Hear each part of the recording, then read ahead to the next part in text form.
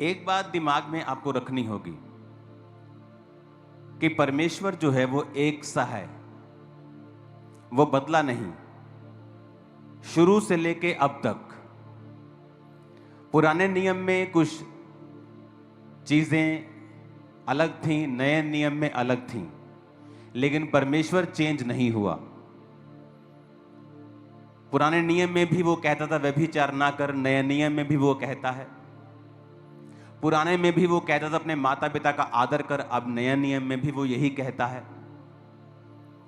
पहले आंख के बदले आंख मांगी जाती थी, उसका भी मैं आपको मतलब समझा चुका हूं कि प्राण के बदले अगर प्राण ना होता तो यहूदी कौम ही नाश हो जाती, यीशु मसीह आते ही नहीं।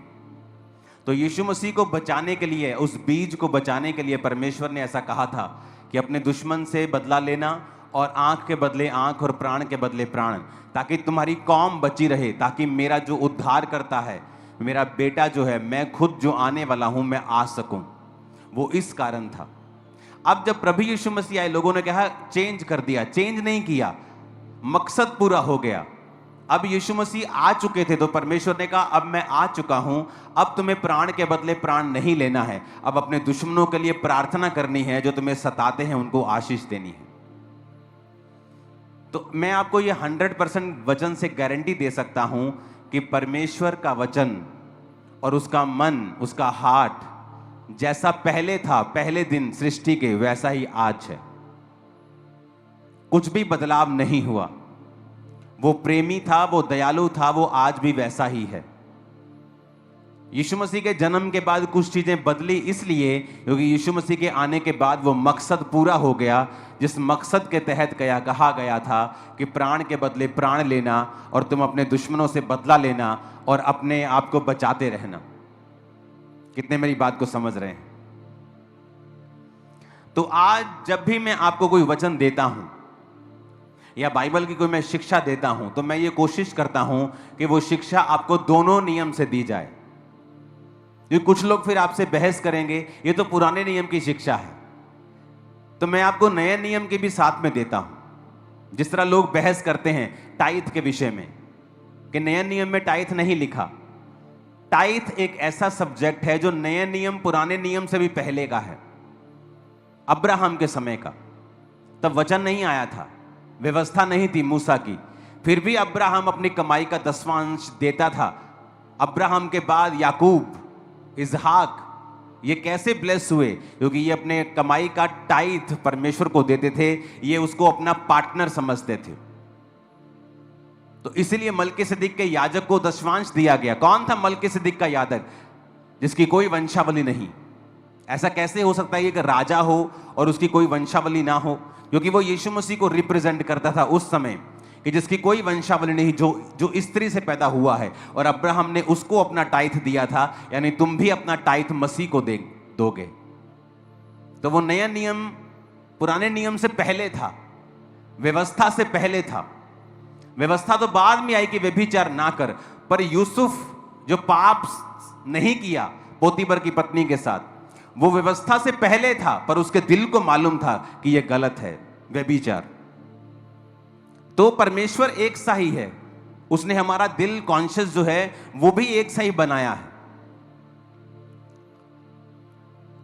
तो हमें यह समझना पड़ेगा कि परमेश्वर के वचन में क्या लिखा है, कि टाइथ नए नियम से पहले, पुराने नियम से भी पहले था। पुराने नियम में भी टाइथ दिया गया, नए नियम में जीसस ने भी कहा अच्छा करते हो, पुदीने, सौंफ, जीरे का 10वां देते हो, पर न्याय, दया, विश्वास को भी करते रहो, तुमने ये छोड़ दिए। परमेश्वर ने कभी टाइथ को अब्यूज नहीं किया, उसने इनकरेज किया और कहा अच्छा करते हो। क्योंकि टाइथ एक पार्टनरशिप है, एक कवनेंट है, एक वाचा है कि परमेश्वर तूने मुझे दिया है, मैं उस दिए में से तुझे वापस दूंगा। कितने मेरी बात को समझ रहे हैं? अब आज जिस वचन को मैं आपको पढ़ाने जा रहा हूं, मैं खुद नहीं जानता मैं इसको आज कंप्लीट कैसे करूंगा। मैं कोशिश करूंगा आज इसके हिस्से को, कुछ हिस्सों को छूने की। सबसे पहले हम ये देखेंगे कि जिन वचनों को लोग आज मिस इंटरप्रेट करते हैं, उन्हें परमेश्वर किस रीति से बोलता है। आज जो कुछ लोग अज्ञानता फैलाते हैं, अज्ञान के आड़ में, वो है ज्ञान नहीं, वो एक्चुअल में अज्ञानता है। तो हम ये समझेंगे कि बाइबल उस विषय में क्या कहती है। वचन कहता है, पौलुस जब वचन सुनाता था तो लोग घरों में जाके बाइबल खोल के जांच करते थे कि क्या ये वचन सही है जो पौलुस सुना रहा है। लेकिन आज की कलीसिया ऐसी है क्या कि आप घर जाके खुद भी इन वचनों को पढ़ें, क्या सच में मैंने सच बोला है, क्या सच में मैंने सही कहा है। आप खुद भी पवित्र शास्त्र में जांच पड़ताल करें कि जो वचन आपको प्रीच किया जा रहा है कि वाकई ऐसा है।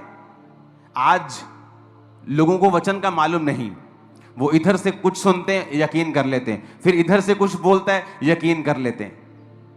उनको ये नहीं पता कि ये जो बोल रहा है या ये जो बोल रहा है परमेश्वर क्या बोल रहा है। क्योंकि मुझे तो इसी बात से मतलब है कि परमेश्वर क्या बोल रहा है। लोग क्या कह रहे हैं, आप क्या कह रहे हैं, मैं क्या कह रहा हूं, क्या मतलब क्या फर्क पड़ता है। मैं भी इंसान हूं, आप भी इंसान हैं, जो बोल रहे हैं वो भी इंसान है। फर्क तब पड़ता है जब हम ये समझ जाएं कि परमेश्वर क्या कहता है। अगर मुझे ये मालूम हो जाए कि परमेश्वर क्या कहता है, फिर मुझे कोई परवाह नहीं, चाहे 10 लाख लोग कुछ भी कहें। कितने इस बात से एग्री करते हैं। आज हम पढ़ेंगे कि परमेश्वर का वचन क्या कहता है फादर्स के विषय में। आज फादर डे है, शायद ये परमेश्वर ने ही चुना है आज का दिन, क्योंकि उसको मालूम था कि आज ये वाला जो टॉपिक है ये मैं आपके साथ शेयर करने वाला हूं। मुझे तो मालूम भी नहीं था पिछले संडे के अगले संडे फादर डे है, लेकिन मैं ये जानता हूं कि परमेश्वर ने ये वचन आप लोगों के लिए आज दिया है। सबसे पहले हम फादर को पढ़ते हैं उत्पत्ति 2 उसकी 24 आयत में। मैं आपको वचन समझा दूं, उसके बाद हम आगे चलेंगे। उसमें लिखा है, इस कारण पुरुष अपने माता पिता को छोड़कर अपनी पत्नी से मिला रहेगा और वो एक तन बने रहेंगे। यहां पर पिता शब्द आया है। फादर शब्द उत्पत्ति में ही आ गया था, और उस उत्पत्ति शब्द को जब हम पढ़ते हैं, अगर आपके पास इब्रानी भाषा की बाइबल है तो उसे भी एक बार जरा दिखा दीजिए। मैंने शब्द नहीं बोला, मैंने फुल सेंटेंस बोला है।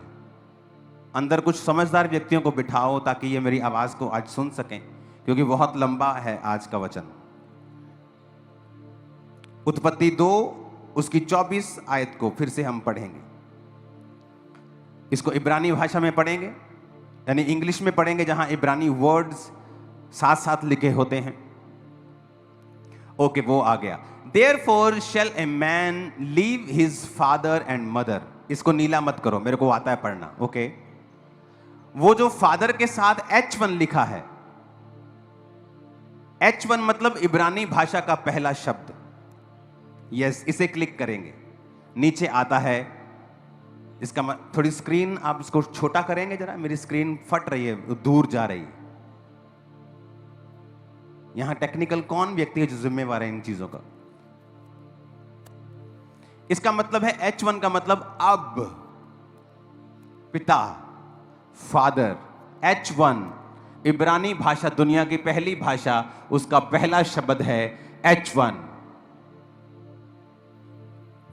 जिसका मतलब है फादर। यानी खुदा ने चुना कि इब्रानी भाषा का जो पहला शब्द होगा, जो भाषा ओरिजिनल भाषा है दुनिया की, उसका पहला शब्द होगा अब, यानी फादर। तो अब हम इस बात को समझेंगे और हम चलेंगे दूसरा राजाओं के पास। उसकी 2 अध्याय को हम खोलेंगे।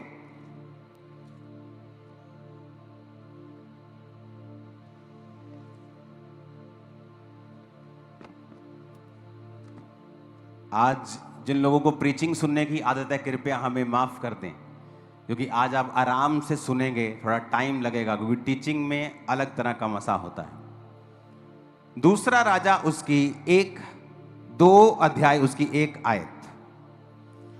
जब यहोवा एलिय्याह को बवंडर के द्वारा स्वर्ग में उठा लेने को था, तो एलिय्याह अलीशा दोनों गिलगाल से चले। एलिय्याह ने अलीशा से कहा, यहोवा मुझे बेतेल तक भेजता है, तू यहीं ठहरा रहे। अलीशा ने कहा, यहोवा के और तेरे जीवन की शपथ में तुझे नहीं छोड़ने का। इसलिए वो बेतेल को चले गए। बेतेलवासी भविष्यद्वक्ताओं के चेले अलीशा के पास आकर कहने लगे, क्या तुझे मालूम है यहोवा तेरे स्वामी को आज तेरे ऊपर से उठा लेने पर है? उसने कहा, हां मुझे भी मालूम है, तुम चुप रहो। अगर किसी व्यक्ति को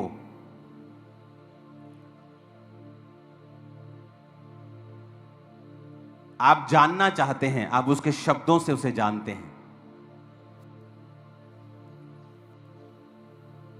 बाइबल कहती है, जो तुम्हारे मन में भरा हुआ है वही तुम्हारे मुंह के ऊपर होगा।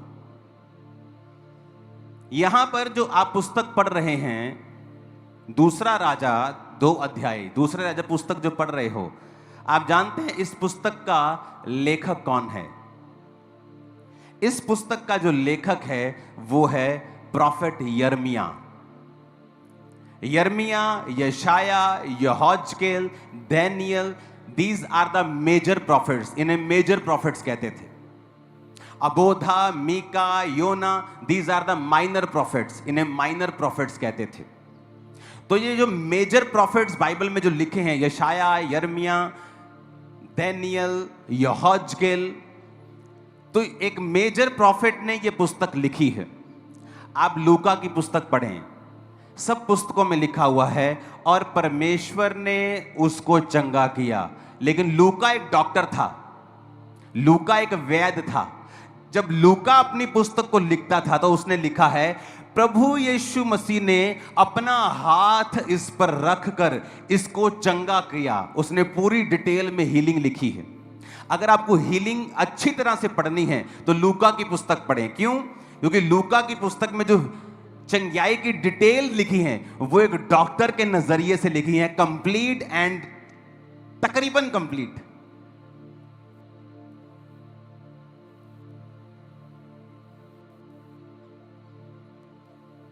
हम सब एक जैसे हैं, पर अगर एक मछुआरा डिटेल को लिखेगा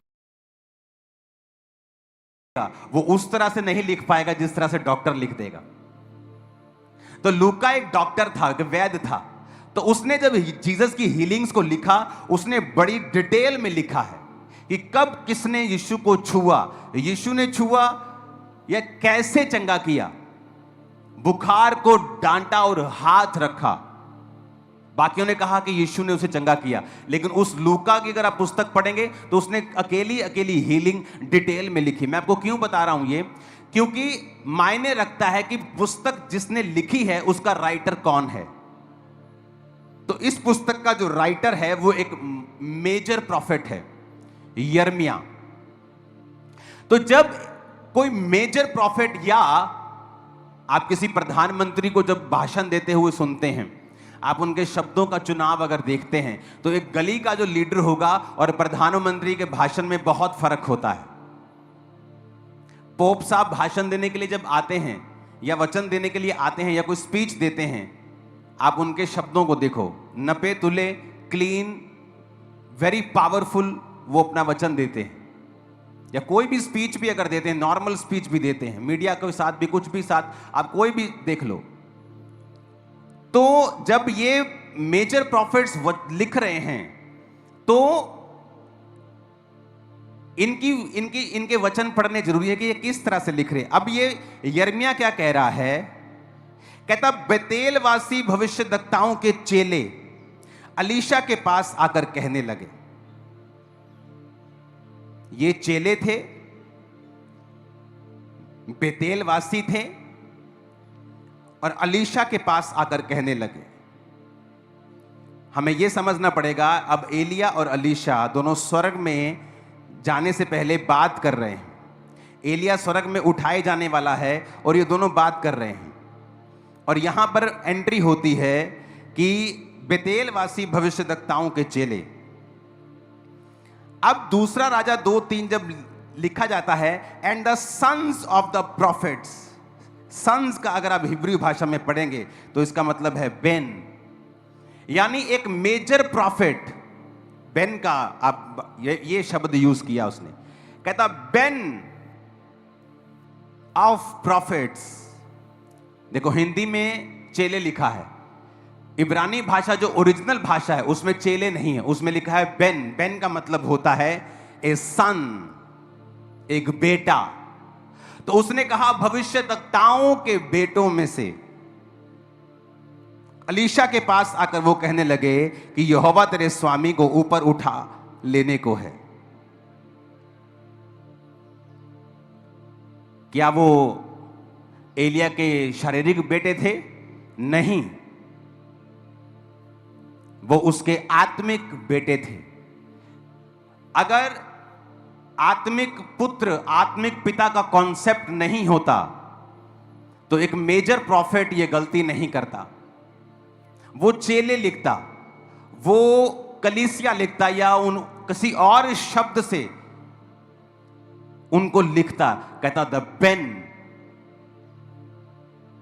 ऑफ प्रॉफिट्स। बेन का मतलब है a son, a builder of the family name. कहता वो आए और उसने कहा कि यहोवा आज, अब समझने वाली बात है, बड़े ध्यान से समझना, आज टीचिंग सुन रहे हो। मान लीजिए मैं पुस्तक लिख रहा हूं, ओके, और मेरे को परमेश्वर की समझ है कि ये एक्चुअल सिनेरियो क्या चल रहा है, और मैं लिख रहा हूं and the sons of the prophet came. Sons, वो सारे सन्स, सारे फॉलो करने वाले आए और कहने लगे। अब वो अगली बात जो लिख रहा है वो अपनी तरफ से नहीं लिख रहा, वो वही स्टेटमेंट लिख रहा है जो उन बच्चों ने एलीशा को दी। क्या कहता? आज यहोवा तेरे स्वामी को,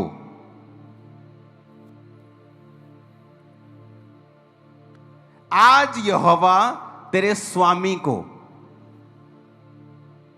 तेरे ऊपर, स्वर्ग पे ऊपर उठा लेने को है। अब जब मैं लिख रहा हूं कि वो आए, मेरी निगाह में वो सन्स हैं, बट जब वो सन्स आए वो एलीशा को क्या कह रहे हैं कि तेरे स्वामी को, इब्रानी भाषा का 113 शब्द, तेरे एडॉन को, मतलब तेरे कंट्रोलर को, तेरे मास्टर को, तेरे ऑनर को, इब्रानी भाषा का 113वां शब्द। अब समझने वाली बात यह है, परमेश्वर का जो मसा था वो चेलों के ऊपर क्यों नहीं आया? क्योंकि जो दूसरे चेले थे, क्योंकि यिर्मयाह ने जब ये पुस्तक लिखी तो उसने वो अपनी तरफ से लिखा जो वो समझता था, जो है था कि the sons of the prophets came. पर आगे जो उसने लिखा वो स्टेटमेंट थी जो सन्स ने दी थी, क्या कि आज तेरा पिता तेरे कंट्रोलर को स्वर्ग में उठा लेने को है। मतलब वो भी पूरी तरह से फादर सन रिलेशनशिप में एलिया के साथ नहीं थे। इसीलिए परमेश्वर ने अपना मसा उन चेलों की बजाय अलीशा को दिया था।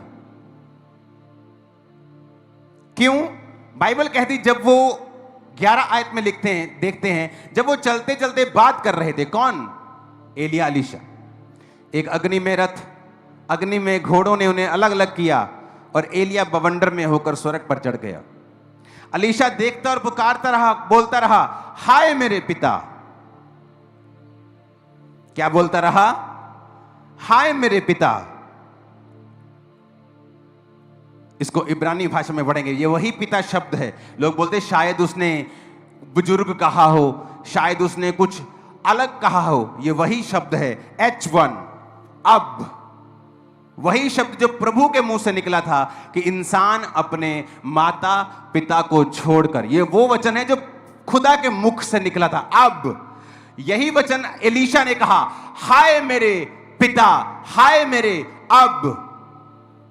तो बाइबल कहती जब वो पुकार रहा था तो एलिया की जो चद्दर थी वो नीचे गिर गई, और जब उसने उठाई तो वो मसा और वो आत्मा अलीशा के ऊपर ठहर गया।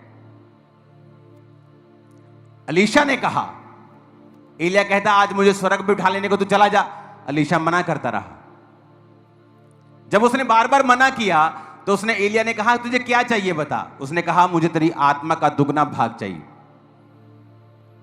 बहुत से लोगों को पता क्या लगता है, दुगना भाग मतलब अगर एलिया के पास 100 मसा था तो अलीशा के पास 200 था। ऐसा नहीं है। पुराने नियम में जो बड़ा बेटा फैमिली का होता था उसको दुगना हिस्सा मिलता था।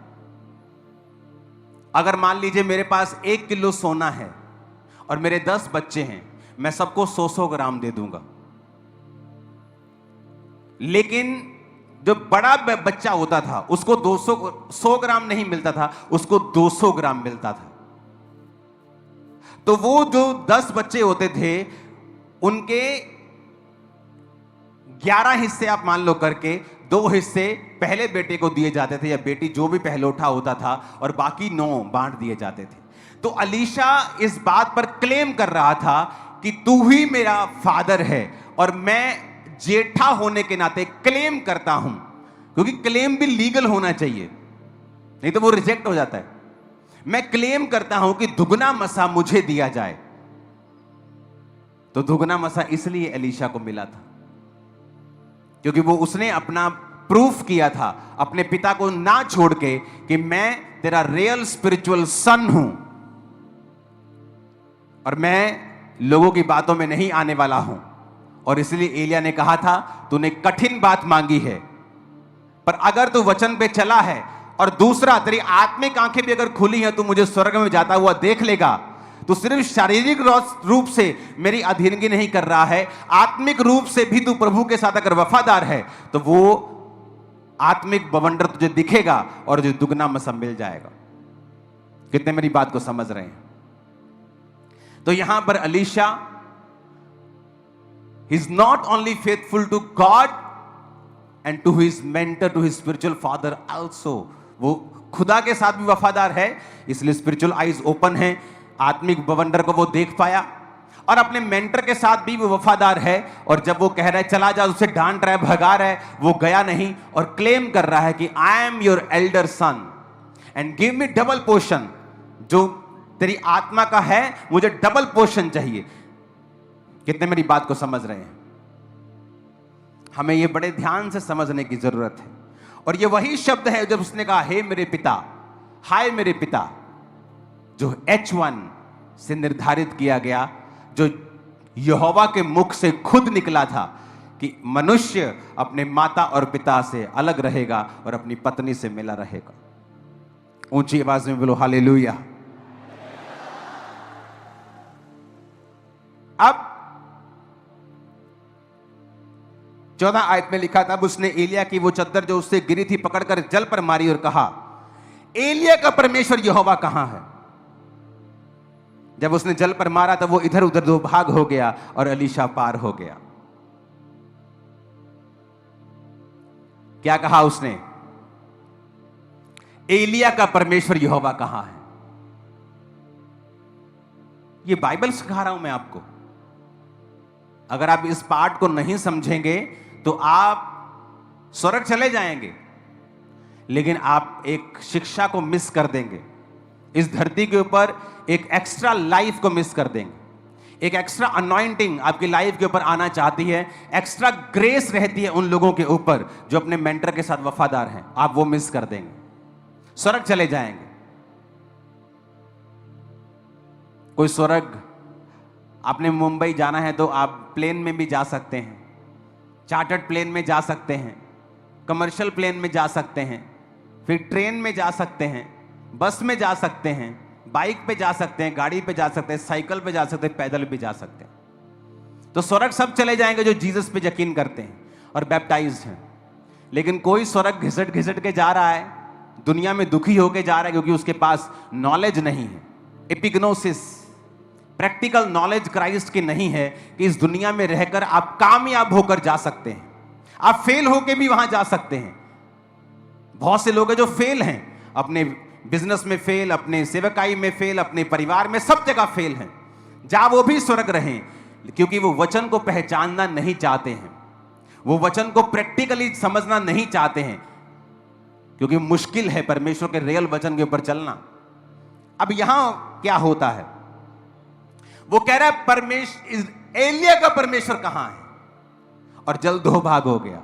अगर उसने गलत बोला होता तो जल दो भाग कभी ना होता।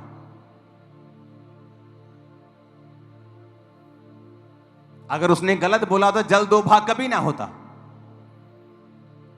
आज आप लोगों को ट्रोल करना शुरू करते हैं, ये प्रार्थना में भी मैन ऑफ गॉड का नाम ले रहा है। वो प्रार्थना में जो मैन ऑफ गॉड का नाम ले रहा है वो उसको परमेश्वर नहीं कह रहा, वो एलिया की तरह प्रार्थना, एलीशा की तरह प्रार्थना कर रहा है कि खुदावन जो ग्रेस एलिया के ऊपर थी, तेरा धन्यवाद करते, वो ग्रेस हमें चाहिए। और जल को उसने माना कि एलिया का परमेश्वर। वहां अगर ये सदूकी फरीसी आज के होते तो कहते ले एलिया दा परमेश्वर किथे, तू सीधा ही कह यहोवा किथे, तू क्यों कह रहे एलिया दा परमेश्वर किथे, तू सीधा परमेश्वर का नाम नहीं ले सकता। पर आज के जो सदूकी फरीसी हैं वो कभी स्पिरिचुअल जो नॉलेज है उसे नहीं समझ सकते। अगर वो समझ चुके होते तो उन कंडीशंस में ना होते जिन कंडीशंस में वो हैं। उसने कहा एलिया का परमेश्वर कहां है। ये एक ब्यूटीफुल रिलेशनशिप है, बहुत ब्यूटीफुल। इतना ब्यूटीफुल रिलेशनशिप ये परमेश्वर ने बनाया है कि परमेश्वर ने इब्रानी भाषा, इस दुनिया की पहली भाषा का पहला शब्द अब्बा, अब चुना है, फादर। क्योंकि ये ब्यूटीफुल रिलेशनशिप प्रभु को मालूम था कि नॉट ओनली ये सिर्फ फिजिकल नहीं है, एक संसारिक बाप के साथ नहीं है, ये मेरे साथ भी लोगों की होगी, अपने स्पिरिचुअल मेंटर्स के साथ लोगों की होगी और अपने फादर्स के साथ भी लोगों की होगी। इसलिए परमेश्वर ने इस शब्द को चुना। कितनों को समझ आ रही है? ओके। अब जब हम ये समझते हैं कि प्रभु की इच्छा क्या है, तो हम ये भी समझते हैं कि पुराने नियम में भी वो वैसा ही था तो नए नियम में वैसा ही था। आज जब ये प्रचार किया जाता है, पहला कुरिन्थिया 4 उसकी 15 और 16 आयत कहता, यदि मसीह में सिखाने वाले तुम्हारे 10,000 भी होते तो तुम्हारे पिता बहुत से नहीं, इसलिए कि मसीह यीशु में सुसमाचार के द्वारा मैं पिता हुआ। अब लोग पता क्या कहते हैं, जब पौलुस कह रहा है कि मैं सुसमाचार सुनाया तुमको और तुम्हें पैदा किया है, जिस तरह एक संसारिक मां जब तुम्हें पैदा करती है तो जच्चा की पीड़ाएं सहती है, पौलुस कहता मैं भी तुम्हें जब पैदा करता हूं तो जच्चा किसी पीड़ाएं सहता हूं। वो क्या है पीड़ा? एक पास्टर का विरोध होता है। क्यों होता है? उसने कौन सी शराब पी है या उसने कौन सा डाका डाल दिया है। आपके गली मोहल्लों में जो आपको भाषण देके जाते हैं उनमें 900 कमियां होंगी पर उनका विरोध नहीं होता। लेकिन मसीह लोगों का विरोध क्यों? जीवित चर्च का विरोध क्यों? क्योंकि वो एक जच्चा की पीड़ा है जो हमें सहनी पड़ती है। अपने लिए थोड़ी है, मुझे क्या है, मैं सेटल्ड हूं, मैं किसी भी फॉरेन कंट्री में जाऊं, मैं वेल सेटल्ड हूं, मैं आराम से अपनी फुल लाइफ जी सकता हूं बिना काम की। लेकिन जब आप बच्चे पैदा करते हैं स्पिरिचुअल, तो आपको जच्चा किसी पीड़ाएं होती हैं। अगर जच्चा किसी पीड़ाएं होती हैं तो हमें हक है कि लोग हमें स्पिरिचुअल फादर कहें, और परमेश्वर भी ऐसा ही कहता है। मैं चैलेंज करता हूं इस डॉक्ट्रिन के ऊपर, क्या बाइबल से सिखाएं कि कहां यह गलत है, क्योंकि अब यह पूरी नहीं हुई, अभी सुनना ध्यान से। पौलुस कहता है सुसमाचार सुनाने के द्वारा मैं तुम्हारा पिता हुआ। अब लोग पता क्या कहते हैं, पौलुस गलत हो सकता है और उसका उदाहरण दे सकते हैं कि पौलुस जीसस के साथ नहीं रहा, क्योंकि जीसस ने भी कहा था कि धरती पर अपना पिता किसी को मत कहना। ओके, आज हम पढ़ेंगे जीसस ने क्या कहा। मत्ती 23 अध्याय को हम पढ़ेंगे। आज हम देखेंगे सब वर्सेस को कि जीसस ने ऐसा क्यों कहा, क्योंकि पौलुस क्या कह रहा है हमें यह मानना है, जीसस ने ऐसा क्यों कहा हमने यह देखना है। उसमें लिखा है, अगर आप ये कैमरा मेरे पास लेके आए, क्योंकि मैं नहीं जानता लोगों के पास कौन सी बाइबल है, अगर आप मेरे पास एक कैमरा लेके आए तो 23 अध्याय की जो शुरुआत होती है तो ऐसे दिखाएगा ना काके। देखो क्या लिखा है, जूम कर, और ये मोटा मोटा काला काला क्या लिखा है, ऊंचा पढ़ो। फरीसियों का पाप। ये बाइबल मैंने तो नहीं लिखी, ये वचन जो है, जब जीसस क्राइस्ट जिस अध्याय में बात कर रहे हैं, उस अध्याय का शीर्षक है फरीसियों का पाप। ओके, तो हमें यह पढ़ने की जरूरत है, जब भी आप बाइबल पढ़ें या जो बाइबल टीच करते हैं, वो ये देखते हैं कि जब एक वचन बोला गया है, वो किस कॉन्टेक्स्ट में बोला गया है, वो कब बोला गया है। जब बोला गया था उस समय आसपास का जो वातावरण था वो क्या था और वो क्यों बोला गया था। अगर आप इस बात को नहीं समझेंगे, आप अधूरे ज्ञानी हैं, और अधूरा ज्ञान खतरनाक होता है। फरीसियों का पाप, ये जो अध्याय है 23, जीसस क्राइस्ट ने फरीसियों की क्लास लगाई है इसमें। सुनो अब आगे।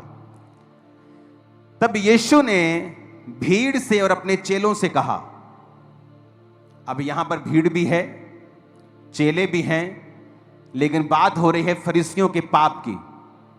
कहता, शास्त्री फरीसी मूसा की गद्दी पर बैठे हैं, जो तुम्हें वो कहें वो कहना करना और मानना, परंतु उनके से काम मत करना, क्योंकि जो खुद वो कहते हैं वो करते नहीं। इस वचन को पढ़ेंगे, कोई पढ़े इस वचन को, 23 उसकी एक आयत से, क्वायर में से पढ़े कोई, ध्यान से समझना इसे। तब यीशु ने भीड़ से और अपने चेलों से कहा, शास्त्री और फरीसी मूसा की गद्दी पर बैठे हैं, इसलिए वे तुमसे जो कुछ कहें वह करना और मानना, परंतु उनके से काम मत करना, क्योंकि वे कहते तो हैं पर करते नहीं। ऊपर लिखा है फरीसियों का पाप, नीचे सब लोग बैठे हैं, चेले बैठे हैं, प्रभु यीशु मसीह उन्हें शिक्षा दे रहे हैं। और क्या कह रहे हैं, 2 आयत में फिर से पढ़ेंगे। जीसस ने कहा, शास्त्री और फरीसी मूसा की गद्दी पर बैठे हैं, इसीलिए वे तुमसे जो कुछ कहें वह करना और मानना, परंतु उनके से काम मत करना, क्योंकि वे कहते तो हैं पर करते नहीं। वे एक ऐसे भारी बोझ को जिनको उठाना कठिन है बांधकर उन्हें मनुष्यों के कंधे पर रखते हैं, परंतु स्वयं उसे अपनी उंगली से भी सरकाना नहीं चाहते। वे अपने सब काम लोगों को दिखाने के लिए करते हैं। वे अपने ताबीज़ों को चौड़ा करते और अपने वस्त्रों को कोरे बनाते हैं। भोज में मुख्य स्थान और सभा में मुख्य आसन, बाजारों में नमस्कार और मनुष्य में रब्बी कहलाना उन्हें भाता है। किसकी बात हो रही है? फरीसियों की, सदूकियों की। फरीसी और सदूकी, परमेश्वर कहता है कि ये लोग दिखाने के लिए काम करते हैं, दिखाने के लिए प्रार्थना करते हैं, मुख्य आसनों पर जाकर बैठते हैं। तुम इनके जैसे काम मत करना। हाँ, आगे 9 आयत 8 पढ़ेंगे। परंतु तुम रब्बी ना कहलाना, क्योंकि तुम्हारा एक ही गुरु है और तुम सब भाई हो। पृथ्वी पर किसी को अपना पिता ना कहना, क्योंकि तुम्हारा एक ही पिता है जो स्वर्ग में है। और स्वामी भी ना कहलाना, क्योंकि तुम्हारा एक ही स्वामी है, अर्थात मसीह। जो तुम में बड़ा हो वह तुम्हारा सेवक बने। जो कोई अपने आप को बड़ा बनाएगा वह छोटा किया जाएगा, और जो कोई अपने आप को छोटा बनाएगा वह बड़ा किया जाएगा। अब 7 हाय लिखी हैं यहां पर, जो फरीसी और शास्त्रियों को दी गई। 13 आयत से पढ़ेंगे उनको। हे कपटी शास्त्रियों और फरीसियों, तुम पर हाय, तुम मनुष्यों के लिए स्वर्ग के राज का द्वार बंद करते हो, ना तो स्वयं ही उसमें प्रवेश करते हो, ना उसमें प्रवेश करने वालों को प्रवेश करने देते हो। हे कपटी शास्त्रियों और फरीसियों, तुम पर हाय, तुम विधवाओं के घरों को खा जाते हो और दिखाने के लिए बड़ी देर तक प्रार्थना करते रहते हो, इसलिए तुम्हें अधिक दंड मिलेगा। हे कपटी शास्त्रियों और फरीसियों, तुम पर हाय, तुम एक जन को अपने मत में लाने के लिए सारे जल और थल में फिरते हो, और जब मत में वह आ जाता है तो उसे अपने से दूना नारकीय बना देते हो। हे अंधे अगवो, तुम पर हाय, जो कहते हो कि यदि कोई मंदिर की शपथ खाए तो कुछ नहीं, परंतु यदि कोई मंदिर के सोने की सौगंध खाए तो उससे बन जाएगा। हे मूर्खों और अंधों। कौन कह रहा है मूर्खों और अंधों? कौन कह रहा है? प्रभु यीशु मसीह कह रहे हैं। कहता है हे मूर्खों, हे अंधों। आज का अगर कोई सदूकी फरीसी प्रभु को सुन रहा होता, कहता ले तू आप है ना जिद्दां दा तेनू सारे उदा दे दिखदे आ। पर परमेश्वर कह रहा है हे मूर्खों, हे अंधों, तुम पर हाय। 7 हाय दी।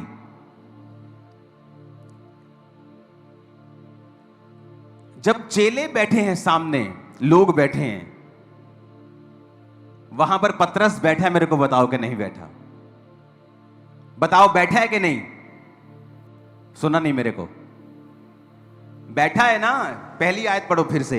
यीशु ने भीड़ से और अपने चेलों से कहा। अब फरीसियों के बारे में बात शुरू हो रही है। कौन कौन मौजूद है वहां? भीड़ भी और चेले भी। तो चेलों में पतरस था कि नहीं?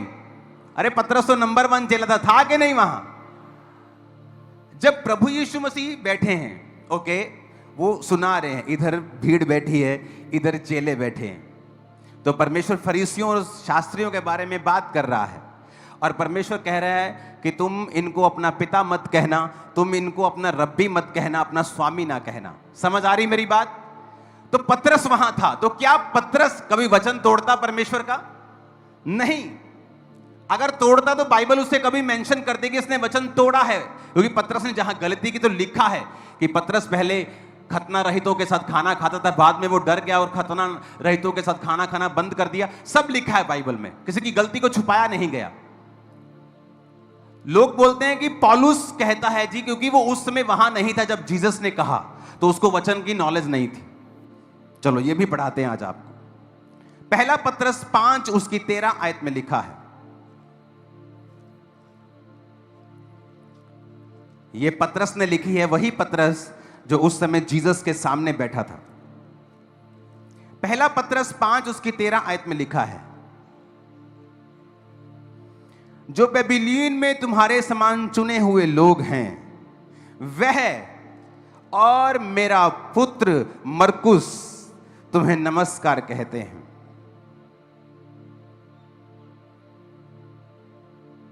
पहला पतरस 5 उसकी 13 आयत। जो बेबीलोन में, okay, the church that is at Babylon, elected together with you, saluteth you, and to Marcus my son. So doth Marcus my son. सन का इब्रानी भाषा का शब्द यूनानी भाषा नए नियम में लिखी गई है। यूनानी भाषा का मतलब है 5207 शब्द, इसका मतलब है उहियोस, मतलब सन, मतलब लिखने में कोई गलती नहीं हुई है। दिखा दो एक बार यूनानी भाषा का 5207। स्क्रीन को थोड़ा कम करो, मेरी स्क्रीन को, मेरे मालूम नहीं लोगों की स्क्रीन कैसी है, नेक्स्ट टाइम ध्यान रखना इस चीज का। उहियोस मतलब सन। अब मरकुस आपको मालूम होना चाहिए कि वो जीसस क्राइस्ट का चेला था, वो पतरस का शारीरिक पुत्र नहीं था। अगर जीसस ने कहा कि धरती पर पिता नहीं कहना, तो पतरस वहां पे क्यों कहेगा मैं और मेरा पुत्र मरकुस तुम्हें नमस्कार कहते हैं? वो नहीं कहेगा, क्योंकि परमेश्वर ने कहा ही नहीं है अपनी आत्मिक लोगों को। उसने तो फरीसियों सदूकी को कहा है, जो विरोध करते हैं ना आत्मिक मदर फादर का, वो एक्चुअल में फरीसी सदूकी, उनको परमेश्वर ने कहा कि तुम पिता मत कहलवाना। वो एक्चुअल में सदूकी फरीसी है, क्योंकि उनको शौक था लोग हमारी इज्जत करें। क्योंकि जब पाप माफ करवाने होते थे तो सदूकी फरीसियों के पास लोग जाके तौबा करते थे। परमेश्वर कहता है ऐसे मत बनना। अब अगर आपने पाप माफ करवाने हैं तो मैं ये नहीं कहता हूं मेरे पास आओ, मैं तुम्हारे लिए प्रार्थना करूंगा। मैं आपको बोलता हूं जाओ और खुदा से प्रार्थना करो, वो तुम्हारे पाप माफ करेगा, क्योंकि वो तुम्हारा परमेश्वर है। अब बदल गया है, लेकिन आत्मिक शिक्षा चेंज नहीं हुई है। यहां पर पतरस कह रहा है, मैं और मेरा पुत्र मरकुस तुम्हें नमस्कार कहते हैं। अगर जीसस ने ऐसा कहा तो फिर एक और बात उसने कही है। कहता फिर धरती पर किसी को रब्बी और टीचर भी ना कहना। फिर अपने टीचर को टीचर क्यों बोलते हो तुम लोग? हैप्पी टीचर टीचर डे क्यों करते? बंद कर दो, क्योंकि जीसस ने कहा धरती पर फिर टीचर भी किसी को नहीं बोलना। पर तुम सिर्फ पिता के पीछे क्यों पड़े हो? क्योंकि तुम शैतान से हो और तुम इस ब्यूटीफुल जो रिलेशनशिप है, जो एक आत्मिक परमेश्वर ने कलीसिया को एक गिफ्ट दिया है, तुम उसे खराब करना चाहते हो, जबकि ये होगा नहीं। तो परमेश्वर ने भी यही कहा है कि धरती पर रब्बी ना कहना। रब्बी कौन थे? सिखाने समझाने वाले। टीचर ना कहना किसी को। अगर आप इस शब्द को यूनानी भाषा में पढ़ेंगे तो उसने कहा धरती पर किसी को टीचर ना कहना। तो आप क्यों हैप्पी टीचर डे बोलते हो? फिर अगर उसने कहा कि धरती पर अपना पिता किसी को नहीं कहना, तो फिर अपने पिता को पिता क्यों कहते हो? घर पे अपने पिता को ब्रो क्यों नहीं कहते हो? कह के देखो एक बार डैडी को, ए ब्रो, तो डैडी जुत्ती लेकर तुम्हारा ब्रो सीधा कर देगा पूरा। अगर जीसस ने कहा कि धरती पर अपना पिता किसी को नहीं कहना, तो वही जीसस मत्ती 19 में, वही सेम जीसस क्राइस्ट मत्ती 19 की 17 में क्या कहते हैं? कहता, पढ़ना इसको क्वायर में से कोई, 17 में, यीशु ने उससे कहा, इसके बाद पढ़ो, मत्ती 19 उसकी 17। तब यीशु ने उससे कहा, तू मुझसे भलाई के विषय में क्यों पूछता है? भला तो एक ही है, पर यदि तू जीवन में प्रवेश करना चाहता है तो आज्ञाओं को माना कर। उसने उससे कहा, कौन सी आज्ञाएं? यीशु ने कहा, यह कि हत्या न करना, व्यभिचार न करना, चोरी न करना, झूठी गवाही न देना, अपने पिता और अपनी माता का आदर करना। अब ये बताओ, अगर जीसस ने कहा कि धरती पर अपना पिता किसी को नहीं कहना, वो अपने मुंह से फिर क्यों कहेगा अपने पिता और माता का आदर कर? क्योंकि जीसस क्राइस्ट जब ये वचन दे रहे थे चेलों को, सदूकियों और फरीसियों के बारे में, वो उनके बारे में शिक्षा दे रहे थे। वो तो खुद ये कह रहे हैं कि एक आदमी आके प्रभु से कहता है, मुझे आज्ञा सिखा। कौन सी आज्ञा है? व्यभिचार ना कर पुत्र, ठीक है प्रभु। चोरी ना कर, ठीक है। अपने माता पिता का आदर कर। अगर जीसस ने कहा है कि माता कहना ही नहीं, पिता कहना ही नहीं, तो फिर वो क्यों कहेगा अपने माता और पिता का आदर कर? तो हमें यह समझना पड़ेगा कि जब वो वचन दिया गया, वो फरीसियों के ऊपर 7 हाय दी गई हैं मत्ती 23 में। फिर फरीसियों के पीछे परमेश्वर क्यों लग गया? क्योंकि वो फरीसियों के लिए वचन था कि तुम पर हाय, हे मूर्खो, हे अंधो, जाओ अब जीसस को ट्रोल करो। ना जीसस को परवाह है, ना उसके चेले को परवाह है। हालेलुया। तो उसने क्या कहा? 13 आय से लेके 7 हाय शुरू होती हैं। और देखो नीचे 25 में, कपटी शास्त्री फरीसी। 24 में, हे अंधे अगुवो। 26 में, हे अंधे फरीसी। 27 में, हे कपटी शास्त्री फरीसी। 29 में, हे कपटी शास्त्री और फरीसी। जीसस कह रहे हैं, देखो हर वचन के साथ अंधा, मूर्ख, अंधा अगुआ, कपटी शास्त्री, थे कपटी शास्त्री फरीसी। परमेश्वर से क्यों कहते? क्योंकि वो कपट से वचन प्रचार करते थे, अपने फायदे का वचन प्रचार करते थे। कितने मेरी बात को समझ रहे हैं? आज मैं आपके लिए प्रेयर नहीं करने वाला हूं, इसलिए आज मैं लंबा वचन तैयार करके आया हूं। मुझे मालूम है ये वचन आपको सदा के लिए डिलीवर कर देगा और शैतान आपकी लाइफ से शर्मिंदा होगा। अब यहां पर फिर जीसस ने यह भी कहा है कि टीचर मत कहो, स्वामी मत कहो, किसी को बॉस मत कहो। फिर क्या अपने ऑफिस में जाके क्या बोलोगे? बॉस को बॉस नहीं कहोगे, स्कूल में टीचर को टीचर नहीं कहोगे, घर में पिता को पिता नहीं कहोगे। जीसस के पास बुद्धि है, बुद्धि उससे निकली है, वो ऐसी बातें नहीं कर सकता। जब उसने ऐसी बातें की, वो फरीसियों और सदूकियों के बारे में अपनी सारी अंदर की जो परमेश्वर के अंदर जो शिक्षा थी उन्हें दे रहा था कि अंधे, ये अगुवे, ये अंधे अगुवे, ये मूर्ख हैं, इनको अपना पिता मत कहो, ये तुम्हारा पाप माफ नहीं करवा सकते, अब तुम डायरेक्ट मुझको पुकारो। हालेलुया, ऊंची आवाज में बोलो हालेलुया।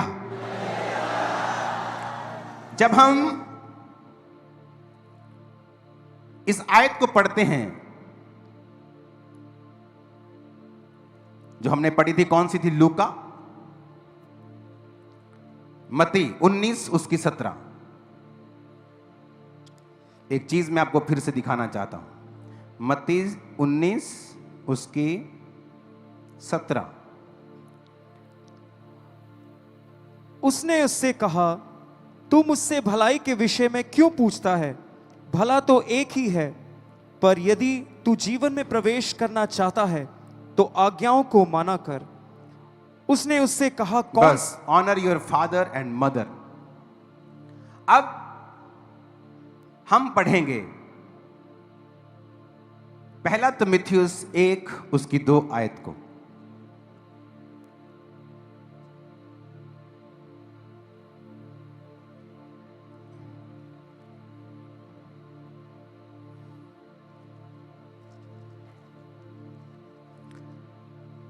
पौलुस के जैसा प्रचारक दुनिया में कोई नहीं था, उसके जैसा शिक्षक, उसके जैसी ताड़ना देने वाला कोई नहीं था। आज भी यूरोप में चले जाओ, मैं वेनिस में था, इटली में, जो दुनिया की सबसे खूबसूरत जगहों में से लोग घूमने जाते, वहां हर गली में मैंने चर्च देखा। कारण पौलुस, राजा का चर्च था, लोगों का चर्च था, हर गली में चर्च। कारण क्या? पौलुस एक समय वहां पे गली गली जाकर जीसस क्राइस्ट के बारे में बता के, और वचन कहता है जगह नहीं रह गई थी प्रचार करने की, इतना प्रचार किया उसने। कहता जो मैं आज्ञाएं लिख रहा हूं ये प्रभु की आज्ञाएं हैं, मानो तो ना मानो। उसने कभी नहीं कहा मैं लिख रहा हूं, उसने कहा जो मैं लिख रहा हूं ये प्रभु की आज्ञाएं हैं, अगर तुम नहीं मानना चाहते हो तो ना मानो।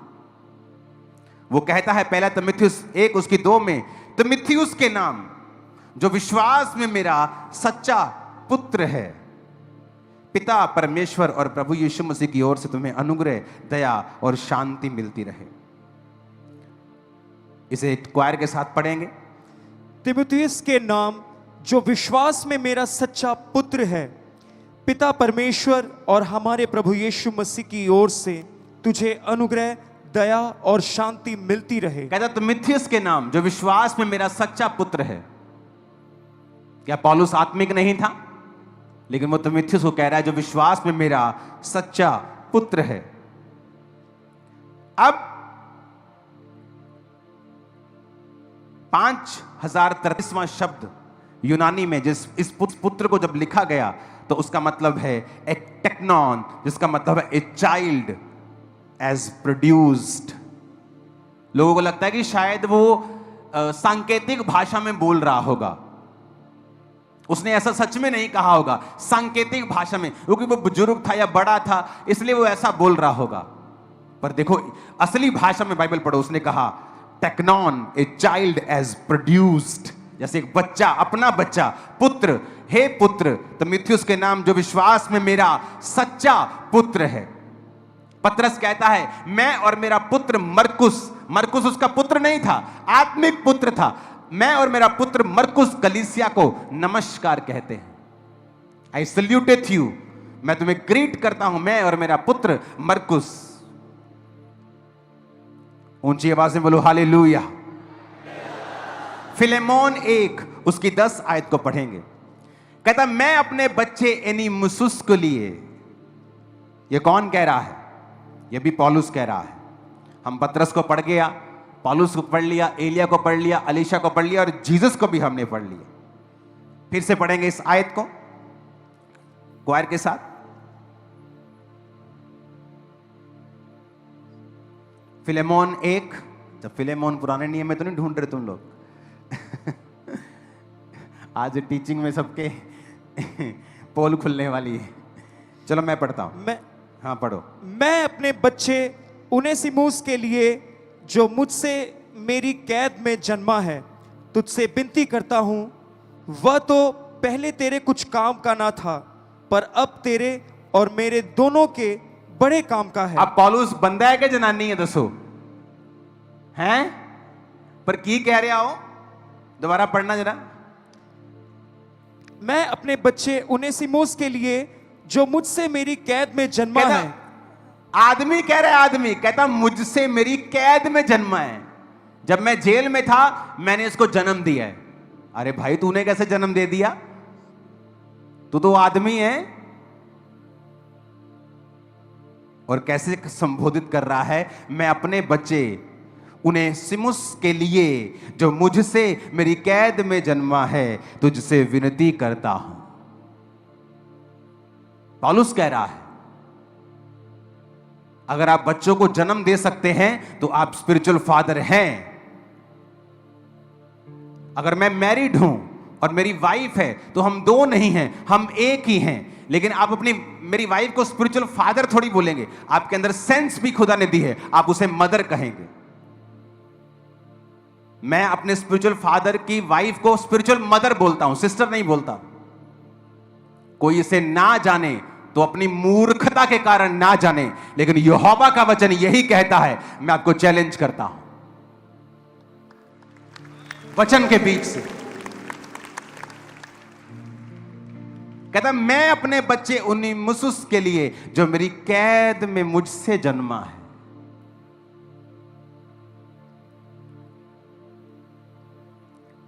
हालेलुया। ऊंची आवाज में कहो हालेलुया।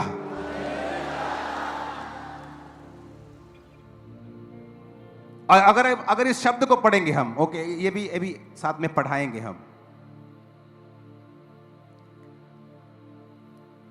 सन, सेम शब्द यूज किया गया 5043वां शब्द, जब पौलुस ने कहा son teknon, a child as produced. Spiritual father, spiritual daughter, spiritual son, ये रिलेशनशिप हेवन ने बनाई है। ये दुनिया की मोस्ट ब्यूटीफुल रिलेशनशिप है। और जब शैतान इसे अब्यूज करने की कोशिश करे तो उनको सदूकी और फरीसी कहना मत भूलना, जो इसको अब्यूज करने की, इसको गाली निकालने की कोशिश करते हैं। मेरी उनके साथ कोई नफरत नहीं, लेकिन मैं जानता हूं परमेश्वर ने मुझे सच्चाई को प्रचार करने के लिए चुना है। Hallelujah, hallelujah. अब जहां फरीसी और सदूकियों की बात हो रही है, उन पे हाय आ रही है। हर वचन में कपटी। पढ़ेंगे यार इसको 13 आयत से। मत्ती 22-23, मत्ती 23 उसकी 13 से लेके, जल्दी जल्दी पढ़ना इसको। हे कपटी शास्त्रियों और फरीसियों, तुम पर हाय, तुम मनुष्य के लिए स्वर्ग के राज का द्वार बंद करते हो, ना तो स्वयं ही उसमें प्रवेश करते हो, ना उसमें प्रवेश करने वालों को प्रवेश करने देते हो। आप सुनो, अब ऐसे लोगों की मानसिकता क्या होती है? खुद तो मसे में नहीं रहना, खुद तो ना लंगड़े चलाने का शौक है, ना रूहें बजाने का शौक है, खुद तो सिर्फ टोटल वेलड़, कोई काम नहीं है फेसबुक पे लिखने के अलावा। लेकिन एलिया के चेले खुद तो कुछ नहीं किया। और यिर्मयाह प्रॉफिट लिख रहा है, the sons and the Ben of the prophets came and said, कि यहोवा तुम्हारे कंट्रोलर को, वो अपने पिता को कंट्रोलर समझ रहे हैं, और अलीशा अपने पिता को पिता समझ रहा है। अब अब्बा, हाय मेरे अब्बा, तो मसा उसके ऊपर आ रहा है। उनकी कंडीशन नहीं बदली, वो चेले अभी भी हैं वहां पे। अलीशा ने मारी चद्दर, ठेड़। एलिया का परमेश्वर कहां है? नदी 2 भाग हो गई, सारे एलिशा के सामने झुक गए।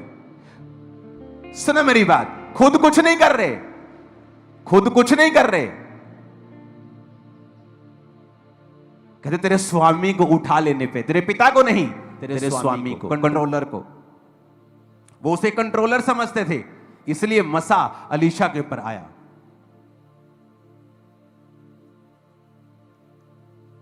मैंने प्रार्थना की, खुदाबंद जो ग्रेस मेरे स्पिरिचुअल फादर के ऊपर मुझे चाहिए, मैंने बहुत प्रेयर्स की हैं, लेकिन आज जब वचन की कमी होती है, आप ऐसी प्रार्थना करने वाले को भी डांटते हो, और जिसने प्रार्थना की होती है अगर उसमें वचन की कमी है, वो भी इस बात के लिए डर जाता है। उसने कहा एलिया का परमेश्वर कहां है, और मारा चद्दर को और दो भाग कर दिया। वहां अगर सदूकी फिर से तो बोलते ए क्या एलिया एलिया लगाई, वो चला गया। तू क्यों नहीं कहता कि यहोवा कहां है? क्योंकि वो रिलेशनशिप को नहीं समझते हैं, वो स्वामी समझते हैं, कंट्रोलर समझते हैं एलिया को।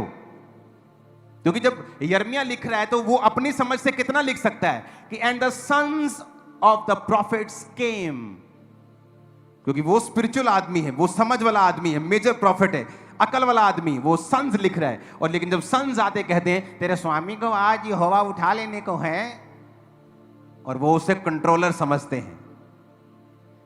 और अलीशा जब वो उठा लिया जाता है तो ये नहीं कहता स्वामी हाय मेरे स्वामी, वो कहता है अब्बा, हे हाय अब्बा।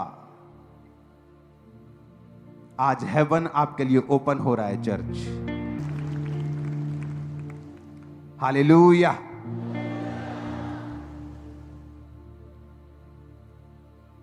जब वो शब्द यूज कर रहे हैं तो इब्रानी भाषा का 113वां शब्द यूज कर रहे हैं। आज यहोवा तुम्हारे एडोन को उठा लेने पे,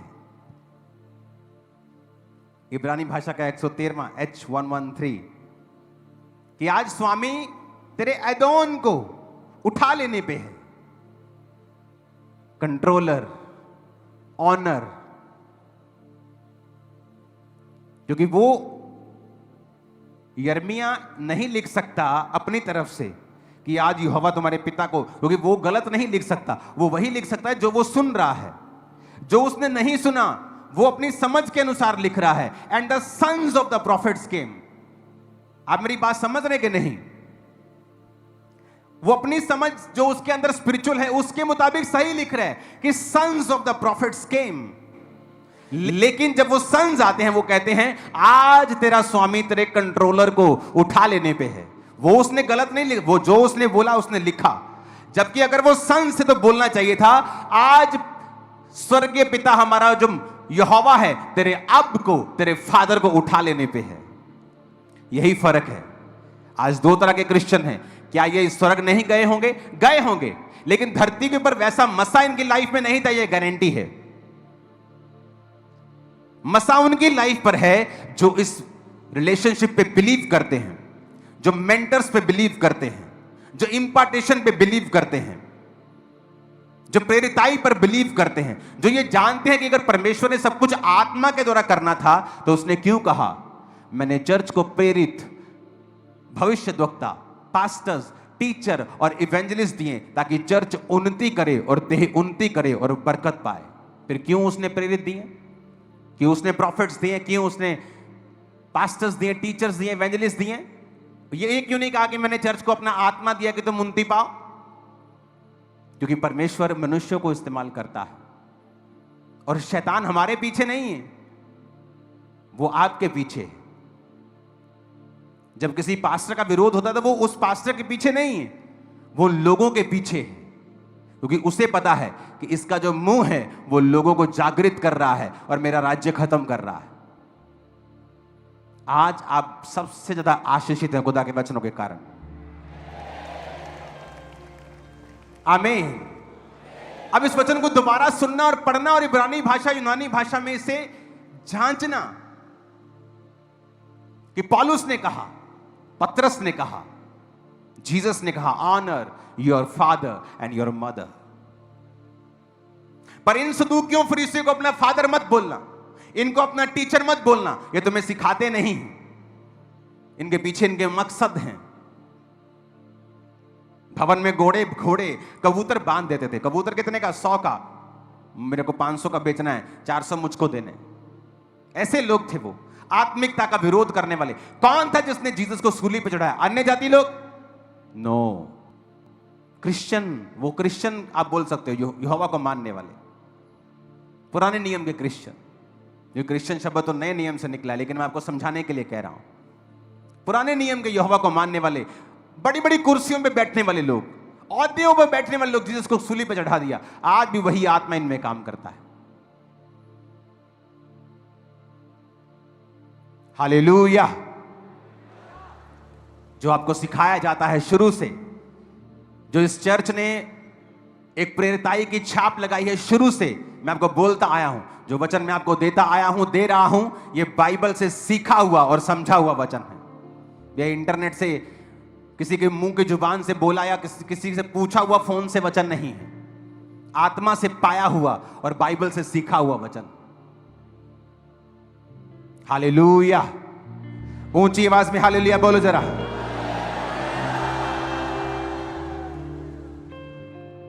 और यही शिक्षा है जो परमेश्वर ने आपको देनी थी आज, कि एक ब्यूटीफुल रिलेशनशिप खुदा ने दी है। उसका फायदा भी अलीशा एलिया के रूप में दिखाया है और चेलों के रूप में दिखाया है कि ये रिलेशनशिप खुदा ने बनाई है। अगर उसने नहीं बनाई होती तो वो पौलुस की पत्रियों को कभी बाइबल में ऐड ना होने देता, वो पतरस को भी कभी इस बाइबल में ऐड ना होने देता। हालेलुया।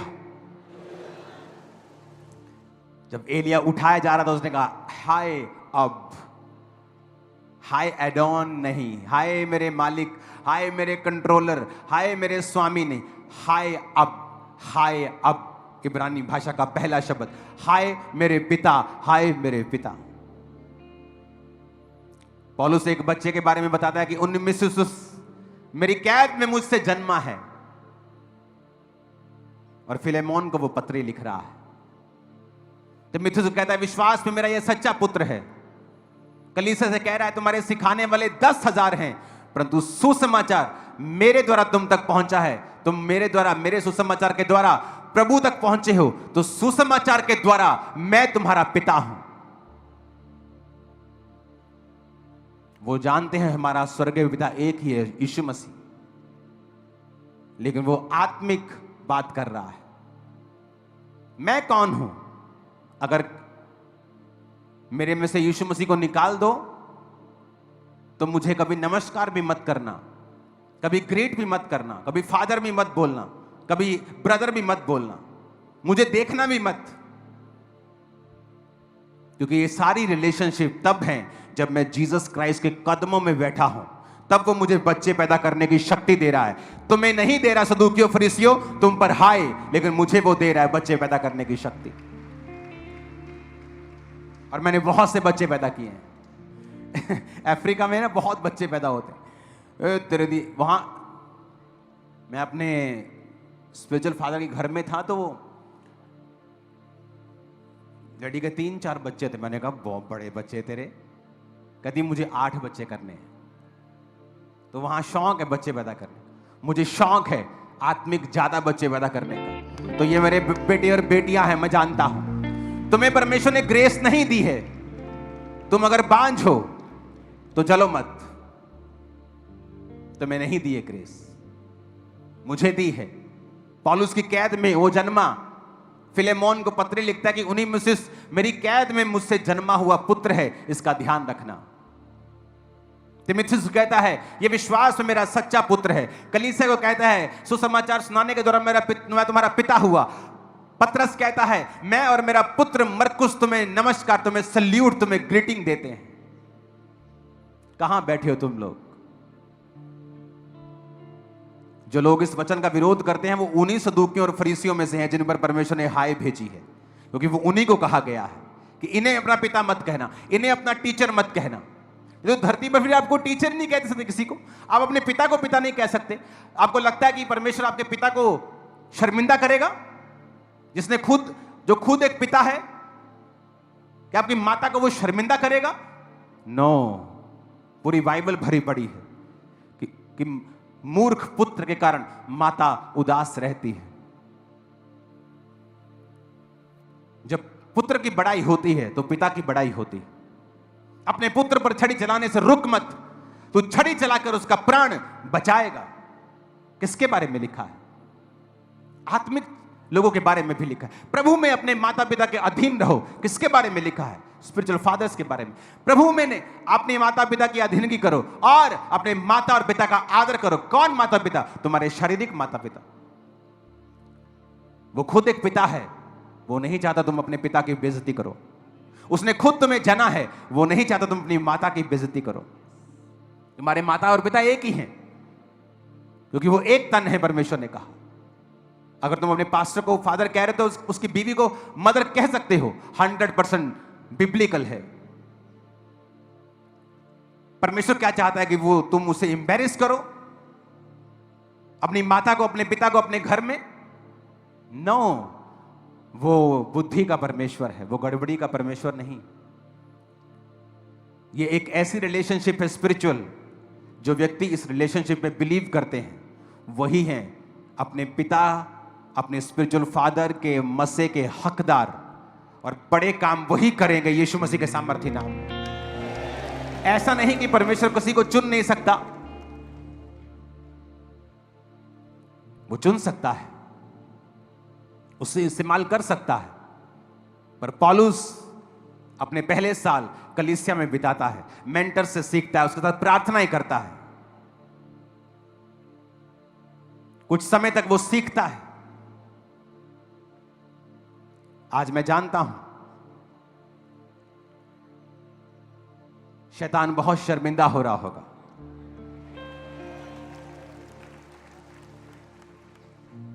हालेलुया। इस वचन को कम से कम 7 बार सुनना, तब समझ पूरी तरह से आने वाला है। और जब भी मैं बाइबल पढ़ता हूं, मैं कोशिश करता हूं कि मैं ओरिजिनल भाषा में पढ़ूं, ताकि उसे समझने में, किस भावना में, किस फीलिंग में, कब यह वचन बोला गया, क्यों बोला गया, किसके विषय में बोला गया, हम इसे सीख सकें और कलीसिया को सेम सिद्धता में लेके जा सकें। God bless you all.